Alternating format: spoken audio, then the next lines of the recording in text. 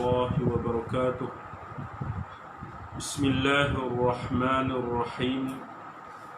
الحمد لله رب العالمين، والصلاة والسلام على أشرف الأنبياء والمرسلين وعلى آله وصحبه أجمعين.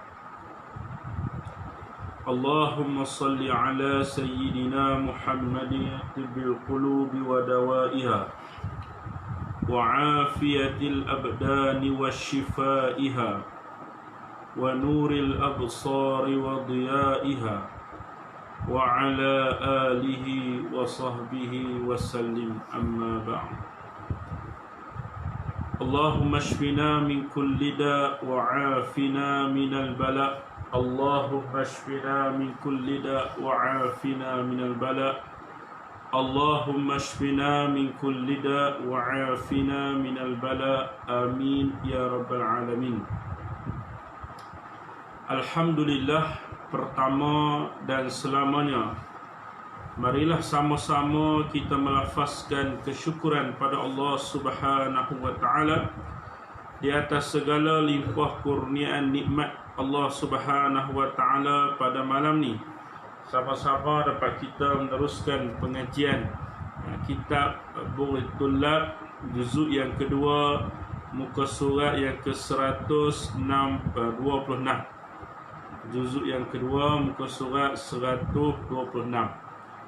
Qala al-musannifu rahimahullahu ta'ala, faslun fi sawmi tatawwu'i.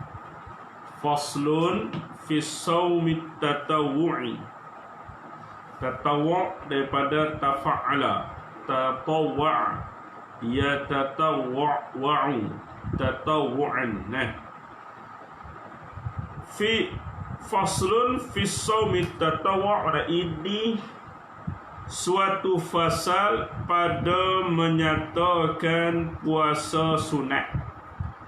Dalam fasal ni musannif nak menjelaskan, nak menyatakan berkenaan dengan puasa sunat. Berarti kita dah habis dalam kitab ni membicarakan hukum hakam yang berkaitan dengan puasa, daripada rukun, syarat, perkara yang membatalkan puasa. Alhamdulillah, kita telah selesai. Dalam fasal ni, seperti mana yang saya sebut tadi, musannif akan menyatakan, menjelaskan pada kita semua berkaitan dengan hukum puasa sunat, menyatakan puasa sunat. Maka arti tatawwu' itu, iaitu tatawwu' barang, mana perkara, sama ada puasa atau lainnya, barang yang tiada difardukan, hanya menuntut damping, mana semata-mata damping dirinya seorang kepada Allah Subhanahu wa taala. Itu makna tatawwu'. Tatawwu' ni maknanya amalan atau perkara, atau sama ada puasa ataupun lain daripada puasa, sedekah dan sebagainya, yang tidak difardukan. Mana amalan yang tidak difardukan, hanya kita lakukan tu kerana menuntut taqarrub, mendampingkan diri kepada Allah Subhanahu wa taala tu.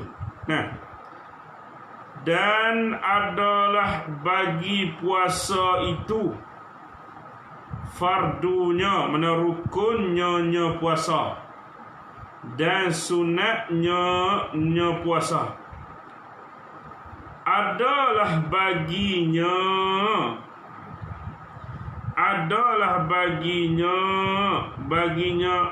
puasa kelebihan dan pahala pada Subhanahu wa ta'ala, pada sisi Allah Subhanahu wa ta'ala. Barang ini pahala dan kelebihan, barang ini pahala dan kelebihan yang tiada dapat menghingga akan dia, yang tidak dapat menghitung akan dia akan barang daripada pahala dan kelebihan. melainkan Allah Subhanahu wa taala. Berartinya pahala dan kelebihan berpuasa ni amatlah besar kelebihan dia. Tidak dapat nak dihitungkan, tidak dapat nak dihinggakan, melainkan Allah Subhanahu wa taala sahaja. Baik puasa tu puasa fardu, puasa sunat, tu ganjaran yang besar di sisi Allah Subhanahu wa taala. Maka beruntunglah mereka yang dapat mengerjakan puasa, melakukan ibadah puasa, sama ada puasa tu puasa fardu ataupun puasa tu puasa sunat. Gitu. Maka kerana itulah, kerana kata adalah baginya kelebihan dan pahala pada Allah Ta'ala, sangat dituntut suruh mengerjakan dia puasa. Dan lagi kerana ia puasa yang terlebih besar qawaidul Islam, segala tunjang segala tunjang dan asas Islam. Tetapi ia puasa tu yang terlebih besar pada beberapa jemaah, di sisi beberapa jemaah daripada ulama. Dan kerana itulah, kerana sangat dituntut tadi tu,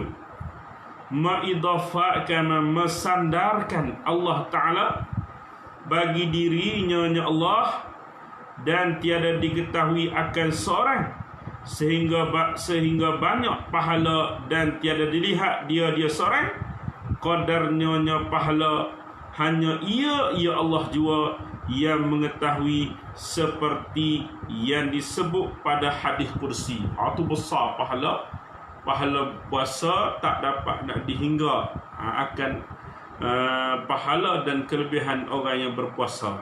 Sebagaimana yang disebut dalam hadis kursi, kullu amal ibni adam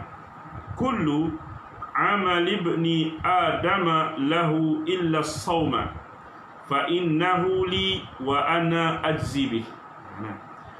Tiap-tiap amal anak Adam itu bagi anak Adam, melainkan puasa.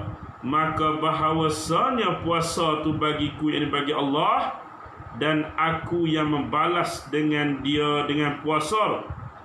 Kata setengah ulama, segala amal anak Adam ni, apabila ia anak Adam menzalimkan, buat nanya, orang diambil akan pembayarnya, melainkan puasa, maka tiada diambilnya puasa akan pembayar. Kata ini, kata diambil akan pembayarnya, ditolak akan kata ini, hadis Muslim yang menyebutkan bahawa diambil akan puasa serta jumlah daripada amal yang lain daripada puasa, diberi kepada orang yang dizalimkan dia. Kata setengah ulama, yang ambilnya itu iaitu yang ambil amal asalnya amal, bukan yang digandanya amal hingga puasa. Adapun gandanya, maka tiada diambil kerana semata-mata kurnia Allah. Ini cerita tentang kelebihan, tentang fadilat berpuasa. Sehingga kan Allah Subhanahu wa taala sebut dalam hadis kursi, fa innahu li wa ana ajzi bih. Sesungguhnya puasa tu bagi aku, dan aku yang akan membalas orang yang puasa tu. Berarti apa? Puasa tu lebih pahala dan lebih, fadilat dan lebih, yang tak boleh nak dihinggakan. Maka kita yang berpuasa, tak kiralah puasa fardu maupun puasa sunat, beruntunglah kerana pahala dan ganjarannya Allah Ta'ala bagi kepada kita dengan pahala dan ganjaran yang tidak boleh nak dihinggakan. Itu maksud dia. Habis. Qala al-musannifu rahimahullahu ta'ala, kata Syekh Ibnu Hajar hanya sanya yang kuat ia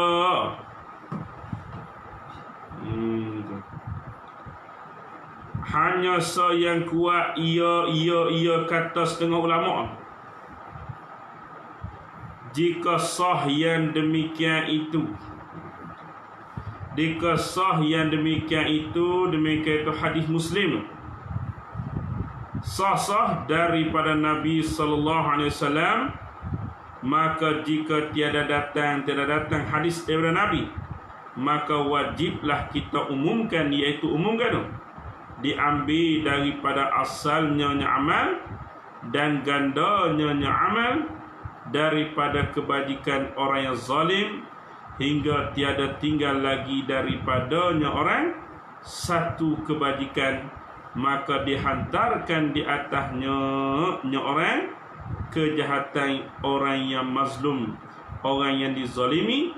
Maka bila dihantarkan kejahatan orang yang mazlum, maka terutama diambil segala kebajikan asalnya dan gandanya segala kebajikan, kerana ia gandol daripada jumlah daripada kebajikan orang yang zalim jua. Ini perbahasan ulama berkenaan dengan pahala yang diambil. Nah, bagi orang yang menzalimi orang lain, apabila pahala dia diambil, pahala kita diambil di akhirat nanti, akhirnya dah tak ada pahala dah, maka dosa dia pula dapat pada kita pula. Ni muflis hak dia pula kita kena tanggung pula. Hak kita diambil dah. Ada setengah hak ulama kata ambil hak asal, hak ganda dah. Ada setengah ulama kata hak asal dah, hak ganda habis dapat kat dia. Kita tak ada apa. Lepas tu hak dosa dia pula letak atas kepala kita pula. Lagi tu. Jadi itu nak cerita kelebihan puasa lah tu. Tak ada apa.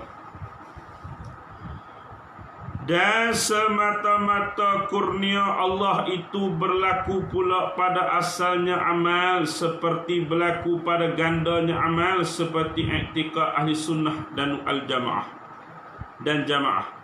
Dan lagi hadis menyatakan kelebihan puasa, sabda Nabi sallallahu alaihi wasallam, man shoma yauman fi sabilillah, man shoma yauman fi sabilillah ba'adallahu wajhahu 'anil nari 70 kharifan. Man shoma yauman fi sabilillah ba'adallahu wajhahu 'anil nari 70 kharifan. Artinya barang siapa puasa ia barang siapa sehari pada jalan Allah, yakni kerana Allah Subhanahu wa taala. Pada jalan Allah, yakni kerana Allah taala. Jalan Allah ataupun yakni kerana taat akan Allah taala. Nascaya dijauh Allah taala akan barang siapa daripada api neraka 70 tahun. 70 tahun perjalanan. Riwayat Bukhari dan Muslim. Masya-Allah. Tu Nabi kata siapa-siapa hak puasa sehari kerana Allah taala, ikhlas kerana Allah taala. Tu kerana taat akan Allah taala, Allah taala jauhkan dia daripada api neraka 70 tahun perjalanan. Tu bayangkan sehari. Kalau banyak hari, tu kelebihan. Kelebihan. Qala al-musannifu rahimahullahu ta'ala.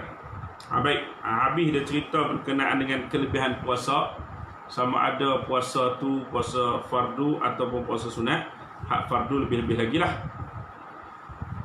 Bermula puasa sunat itu terbahagi ia puasa sunat atas 3 bahagi. Bahagi yang pertama, berulang-ulang ia puasa sebab berulang-ulang tahun. Bahagian yang pertama, berulang-ulang puasa sebab berulang-ulang tahun. Iaitu bahagian yang pertama, puasa pada 9 hari Zulhijjah, dinamakan Arafah. Puasa Arafah, yakni puasa pada 9 Zulhijjah. Tu. Dan hanya sunat muakkad itu, sunat muakkad puasa hari Arafah bagi orang yang lain daripada orang haji dan musafir dan sakit. Artinya, selain daripada orang yang mengerjakan haji, selain daripada orang musafir, selain daripada orang sakit, selain itu, maka sunat muakkad berpuasa pada 9 Zulhijjah. Hari Arafah lah. Sunat puasa. Kita duduk di Malaysia ni, tak pergi buat haji ni, sunat puasa hari tu. Tapi tak puasa juga kan, malas juga. Tu alasan macam-macam lah, penat lah, apalah. Ni puasa sunat yang dituntut kerana hadis Muslim, sabda Nabi sallallahu alaihi wasallam, siyamu yaumi Arafata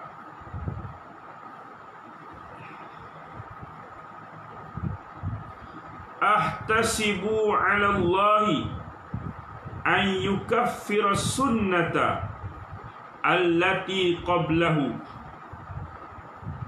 was sunnata allati ba'dahu. Nabi kata, puasa hari Arafah itu kukira-kirakan atas Allah, kerana Allah Ta'ala bahawa mengkifarahkan, menghapuskan setahun yang dahulunya dan setahun yang kemudiannya puasa. Tu ni kelebihannya dah. Habis. Adapun orang yang haji sunat berbuka, ia orang haji, supaya kuat berdoa di Arafah itu. Maknanya orang pergi haji, tak sunat dia berpuasa pada hari 9 Arafah tu. Bahkan dia tak payah puasa lah, kerana dia nak berdoa di Arafah. Dan lagi kerana mengikut Nabi SAW adalah ia Nabi wukuf di Arafah padahal berbuka puasa, maka puasa bagi orang haji itu khilaful aula. Yang kata sunat muakkad ni siapa? Kita hak tak buat haji. Dan kata qil makruh, mana orang buat haji tu makruh puasa pada 9 Arafah. Bahkan sunat puasa bagi orang haji yang takhir wukufnya orang haji kepada malam. Dan tiada sunat puasa. Dan tiada sunat puasa orang yang musafir dan orang yang sakit, kerana keduanya, orang yang musafir, orang yang musakit, sunat berbuka jika mempenatkan dia akan orang musafir dan orang sakit. Puasanya orang musafir dan orang sakit, dan jikalau tiada memberi mudarat sekalipun. Itu huraiannya. Maknanya hak sunat muakkad puasa pada 9 Zulhijjah, yakni puasa Arafah, ialah mereka yang tidak mengerjakan haji, yang tidak musafir, yang tidak sakit. Kalau orang yang mengerjakan haji nak wukuf ketika tu, maka tak sunat dia berbuka, bahkan khilaful aula. Ada ulama kata makruh. Sebab apa? Sebab nak tenaga, nak pergi wukuf di Arafah tu, nak banyakkan berdoa, nak banyakkan berdoa di situ. Kemudian kalau orang sakit pun samalah, orang musafir pun samalah, tidak disunatkan, tidak disunat secara muakkad berbuka sekalipun, tidak memberi mudarat sekalipun. Maknanya bukan sunat muakkad bagi orang yang musafir ataupun orang sakit tadi. Hak kata sunat muakkadnya, kita ni hak sihat elok, tak ada musafir, tak ada buat haji, maka sunat kita berpuasa pada 9 Arafah. Tapi tak puasa, bisa puasa je. Dia tak amalan, dia beritahu takut lagi riak pula dah. Senyap-senyap ya. Habis. Qala al-musannifu rahimahullahu ta'ala, dan yang dikafarah, dihapuskan puasa sunat akan dosa itu, iaitu hak dihapus tadi dosa kecil jua. Nah, hak dosa kecil dosa besar tak dapat tidak kena bertaubat. Tadi kan Nabi kata dihapuskan dosa tu nah. Hak berpuasa hari Arafah ni, makna hapus dosa di situ ialah dosa-dosa sunat, dosa-dosa sunat pula, dosa-dosa kecil. Adapun dosa besar, itu kena wajib bertaubat. Yang jatuh ia dosa kecil di dalam 2 tahun. Di dalam 2 tahun. Dan jikalau tiada dosa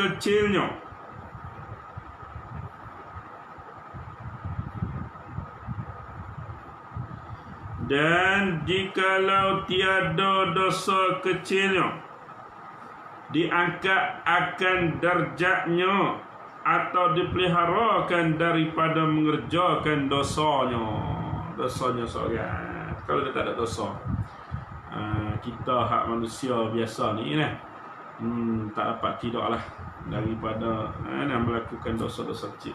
Habis. Dan sunat ia seorang puasa pula pada hari tarwiyah. Apa dia puasa hari tarwiyah? Bukan tarawih. Tarwiyah iaitu puasa hari yang ke-8 daripada bulan haji. Kata Syekh Ramli, dan sunat ia seorang puasa ke-8 harinya daripada awal bulan, seperti barang disorehkan pada kitab Raudah, sama ada orang haji atau lainnya orang haji, mana sunat muakkad puasa hari tarwiyah, yakni hari yang ke-8. Mana kita puasa 2 hari, 8 Zulhijjah, 9 Zulhijjah. Kalau jatuh hari pun, hari Sabtu ke hari Jumaat, jadi 8 Zulhijjah, 9 Zulhijjah. Maka sunat juga puasa pada 8 Zulhijjah. Kemudian sambung pula 9 Zulhijjah. Nak buat dah mengaji, kena beramal. Itu. Dan demikian lagi puasa pada hari Ashura, iaitu puasa hari Ashura tu, hari yang ke-10 daripada bulan Muharram, 10 Muharram. Ya, hak kata sunat tadi, pertama ni disebut puasa pada 9 Zulhijjah. Catat dalam catatan tu, lekat di dinding rumah, baik yang berada di sini dan berada di rumah yang mendengar pada rumah, ambil buku, catat. Okey, hari ni mengaji puasa sunat muakkadnya. Yang pertama puasa 9 Zulhijjah. Tu kemudian puasa 8 Zulhijjah. Tadi itu 9 Zulhijjah puasa hari Arafah lah. Yang kedua puasa Tarwiyah 8 Zulhijjah. Yang ketiga puasa apa ni? Yang ketiga Ashura, yakni pada 10 Muharram. Dan demikian lagi puasa pada hari Tasu'a, iaitu Tasu'a hari yang ke-9 daripada bulan Muharram. Gitu. 9 Muharram pun sunat puasa, 10 Muharram pun sunat puasa. Tadi 8 Zulhijjah, 9 Zulhijjah, 9 Muharram, 10 Muharram. Nampaklah kita mengaji yang malam ni kena ingat. Mengaji tak ingat, tak dengar saja tak ada kena catat. Kerana hadis yang diriwayatkan oleh Muslim, sabda Nabi sallallahu alaihi wasallam, siyamu yaumi Ashura ahtasibu 'ala Allah an yukaffira as-sanata allati qablah. Siyamu yaumi Ashura, ahtasibu 'ala Allahi an yukaffira as-sanata allati qablah, yakni puasa hari itu Asyura, aku kira-kira atas Allah Ta'ala bahawa diampunkan dosa setahun yang dahulunya hari Asyura. Maknanya dosa kecil tadi sebut dah. Dan lagi sabda Nabi sallallahu alaihi wasallam, la in baqitu ila qabilin la asumanna at-tasi'a famata qablahu, rawahu Muslim. La in baqitu ila qabilin la asumanna at-tasi'a famata qablahu, rawahu Muslim. Jika aku hidup pada tahun yang lagi akan datang, nescaya aku puasa hari yang ke-9. Maka Nabi sallallahu alaihi wasallam pun wafat, ia Nabi dahulu sebelum daripada mendapat hari itu, hari 9 tahun depan. Nabi tak ada lah maknanya. Jadi fahamlah, puasa 8 Zulhijjah, 9 Zulhijjah, 9 Asyura, 10 Asyura itu sunat makan. Habis. Qala al-musannifu rahimahullahu ta'ala, dan adalah hikmahnya sebab disuruh puasa hari Tasu'a kerana ihtiyat, cermat dan menyalahi bagi kaum Yahudi, kerana mereka itu Yahudi puasa pada hari yang ke-10 jua. Dia tak puasa hari ke-9, dia puasa hari 10. Jadi kita hari ke-9 pun puasa, hari ke-10 pun puasa.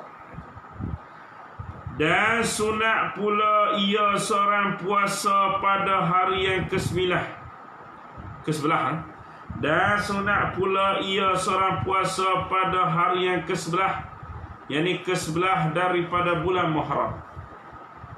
Yang hari yang ke-11 yakni ke-11 daripada bulan Muharram. Mana 9, 10, 11 kan? Gitu. Dan hikmahnya adalah puasa Arafah. Di kifarah dihapuskan dosa, akan dosa 2 tahun. Dan Asyura dikefarahkan dosa setahun. Kerana hari Arafah itu ditentukan Nabi kita Muhammad sallallahu alaihi wasallam, dan pada hari Asyura itu hari puasa Nabi Musa, dan Nabi kita afdal daripada segala anbiya. Maka adalah harinya hari Arafah dengan kafarah 2 tahun, dan Asyura setahun jua. Kerana ia Nabi Musa kurang daripada Nabi kita nisbah martabat. Sebab dinamakan Asyura itu pada 10 bulan Muharram, kerana Allah Subhanahu wa Ta'ala memuliakan 10 anbiya dengan 10 karamah, 10 kemuliaan pada hari itu. Dan disebut Baihaqi bahawasanya Nabi sallallahu alaihi wasallam bersabda, man wassa'a ala iyalihi yawma Asyura wassa'a alaihi jami'a sanatihi. Barang siapa meluaskan ahlinya, meluas akan nafkah ahlinya, tu pada hari Asyura, meluaskan rezeki Allah Ta'ala atasnya. Barang siapa segala tahunnya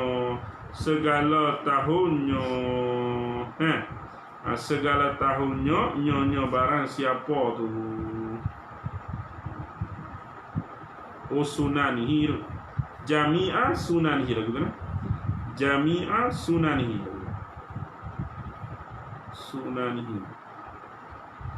jami'a sunani, segala tahun. Jadi itu hadis mengenai dengan kelebihan-kelebihan. Faidatun, hazihi faidatun, ini satu faedah. Kata Syekh Jamal pada Hasyiah Fathul Wahab, telah menakal setengah daripada ahli sufi bahawasanya sya'an barang siapa membaca akan doa ini pada hari Ashura, tiada mati pada tahunnya barang siapa pada tahun tu tak mati, dan barang siapa yang sudah selesai ajalnya barang siapa tiada diilhamkan dia akan barang siapa oleh Allah Ta'ala membacakan dia akan ini doa, dan iaitu doa ini setengah daripada sudah dicuba akan doa ini yang tersyak padanya doa ini, dan iaitu doa ni. Ini kelebihan dia. Siapa-siapa hak baca doa ni, dia takkan mati tahun tu. Ni telah dicuba oleh ulama kan. Kalau dia memang dah habis dah ajar memang tahun tu memang dia mati dah, nak baca doa ni tak boleh. Tu dalam kitab lain pun ada sebut, dalam kitab apa ni ustaz aku tak ingat. Tak apa ni? Musali ada lagi. Tak apa tu. Tak ingat. Dan iaitu doa ini ni. Bismillahirrahmanirrahim. Pakai baca. Kita baca ni hari tak. Nah. Tu. Syurah je mak ye. Bismillahirrahmanirrahim. Yang menonton boleh baca perlahan lah. Subhanallahi. Boleh bagi. Subhanallahi mil'ul mizani wa muntahal ilmi wa mablaghur ridha wa mablaghur ridha. Boleh nah? Bukan saya kata ni nakalan Syekh Daud ni. Syekh Daud Al-Fatani. Kalau kata Syekh Yusri tak apa, tak percaya pun dah. Ni Syekh Daud. Nah. Kali congwe tak? Wa mablaghur ridha wa adadun ni'ami wa zinatul arshi walhamdulillahi mil'ul mizani wa muntahal ilmi wa mablaghur ridha wa adadun ni'ami wa zinatul arshi la ilaha illahu mil'ul mizani wa muntahal ilmi wa mablaghur ridha wa adadun ni'ami wa zinatul arshi. Boleh dapat kalau yang tak dapat ni komen lah. Wa zinatul arshi Allahu akbaru mil'ul mizani wa muntahal ilmi wa mablaghur ridha wa adadun ni'ami wa zinatul arshi la hawla wa la quwwata illa billahi mil'ul mizani wa muntahal ilmi wa mablaghur ridha wa adadun ni'ami wa zinatul arshi la malja'a wa la manja minallahi illa ilaihi subhanallahi. Saya bacanya bagi penuh. Adadus syafa'i wal witri wa adadu kalimatillahi tammati alhamdulillahi. Adadus syafa'i wal witri wa adadu kalimatillahi tammati la ilaha illahu adadu syaf'i wal witri وعدد كلمات الله التامات الله أكبر عدد الشفع والوتر وعدد كلمات الله التامات لا حول ولا قوة إلا بالله عدد الشفع والوتر وعدد كلمات الله التامات وحسبنا الله ونعم الوكيل نعم المولى ونعم النصير صلى الله على سيدنا محمد وعلى آله وصحبه وسلم تسليما كثيرا. Itu doa dia. Ni kata Syekh Jamal pada Hasyiah Fathul Wahhab. Boleh tengoklah kata Syekh Jamal dalam Hasyiah Fathul Wahhab. Siapa-siapa hak baca doa ni pada 10 Muharram, dia takkan mati pada tahun tu. Sekiranya ajal dia dah sampai, maka dia takkan mampu untuk baca doa ni. Tu. Ni di antara doa jauh daripada wabak. Tu. Kena pergi apa? Hospital buat doa ni 10 Muharram. Itu bolehlah nah. Intaha Barmawi Hasyiah Jamal. Jadi insya-Allah lah kalau amalkan doa ni 10 Muharram baca, 10 Muharram baca insya-Allah. Insya-Allah dengan takdir Allah, dengan kekuasaan Allah, insya-Allah pada tahun tu dia takkan meninggal insya-Allah. Gitu. Boleh, bagi dah boleh saya tak? Ada tak dapat lagi? Sejak ada kawan cerdik ni boleh kan? Ramai apa ramai? Bagi dah. Yang menonton yang menonton live dapat ke tak ni? Pak Long tak ada lah. Line tak okey dah. Dapat bagi dah. Cara belakang dah ni ngaji nahwu banyak kali dah. Khatam kita nahwu tu siap buat gulai khatam makan tu. Semua dapat lah doa tadi yang dipetik jadi nakal dalam kitab dalam kata Syekh Jamal pada Hasyiah Fathul Wahhab.